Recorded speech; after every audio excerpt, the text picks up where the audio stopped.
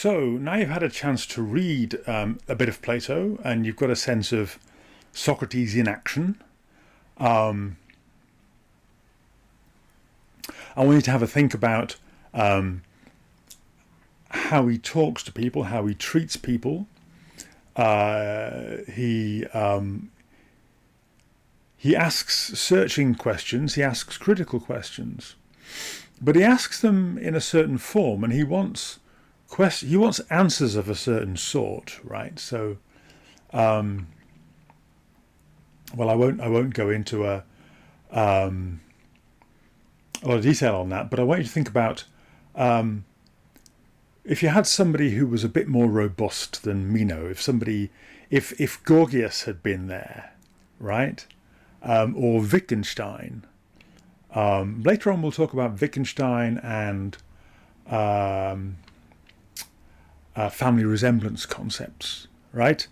If you had Wittgenstein with his notion of family resemblance concepts answering Socrates' question about what's the nature of virtue, I think we might have had a rather different dialogue. So I think there's some questions about the ethics of dialogue and the logic of inquiry that are there, that arise quite naturally just by looking at the way Socrates goes about his business. And I think it's quite telling that in later dialogues, Plato more or less gave up on the conversational thing. So in the early dialogues, they're like they're dialogues, right? I mean, they really are conversations with various different characters. But in the later ones, so there's a dialogue called The Sophist, where they have a visit from a philosopher from the Greek cities on what's now the west coast of Turkey. And you'd think this person is going to be interrogated by Socrates. Actually, Socrates says, look, I'm very busy. I've got this prior engagement. This student will ask you some questions. And the student does. And they're quite good questions. But it's not the logical shellacking that Socrates would have handed out. So Plato seems to have decided that actually having Socrates endlessly interrupting and bothering people with his way of thinking of things may not always be that helpful. And finally, there's a dialogue called Timaeus, which isn't a dialogue at all. It's just a lecture. Somebody comes along and says, "Hey, Timaeus, you know all about physics. Why don't you tell us?" And Timaeus says, "Well, okay," and then talks for the rest of the time. So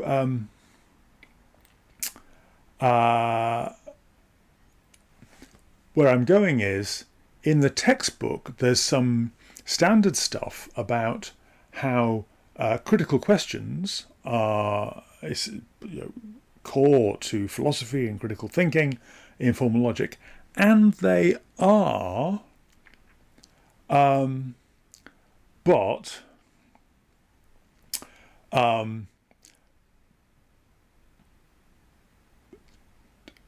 if on that basis you decide to do philosophy the way Socrates did, you may actually make it difficult to make any progress, because there's endless critical questions and nobody ever gets to establish a theory.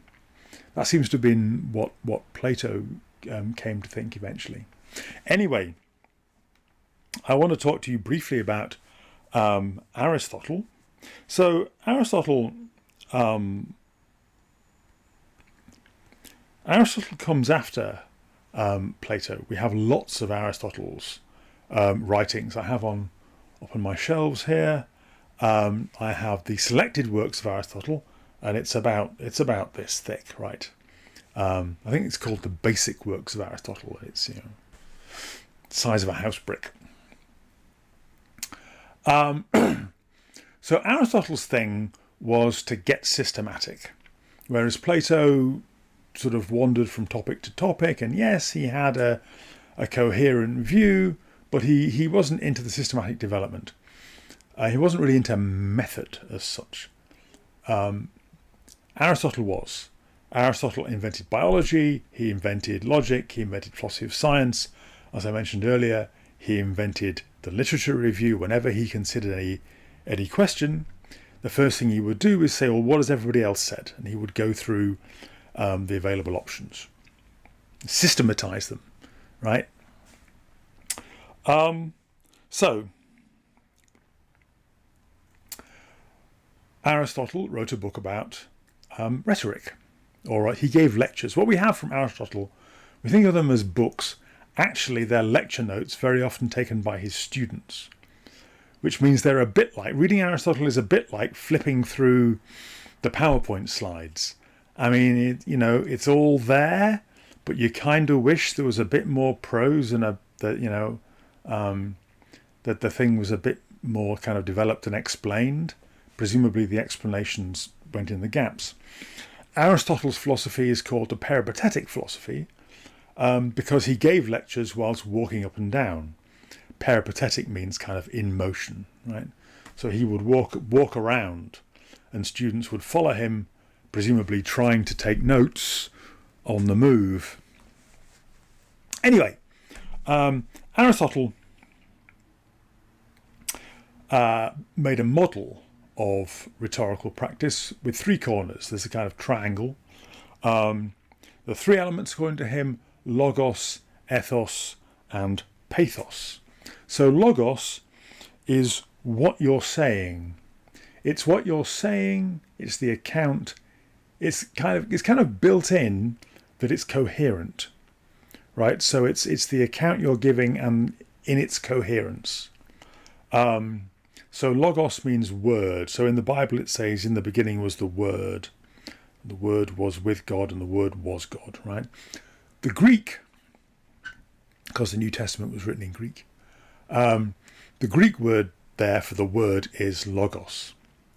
It's also the root of logic, right? So logos is what you're saying. It's the shape of the argument, the logical form of the argument. Ethos is the person giving the argument. It's the credibility of the individual, right? It's the difference between, if somebody says, the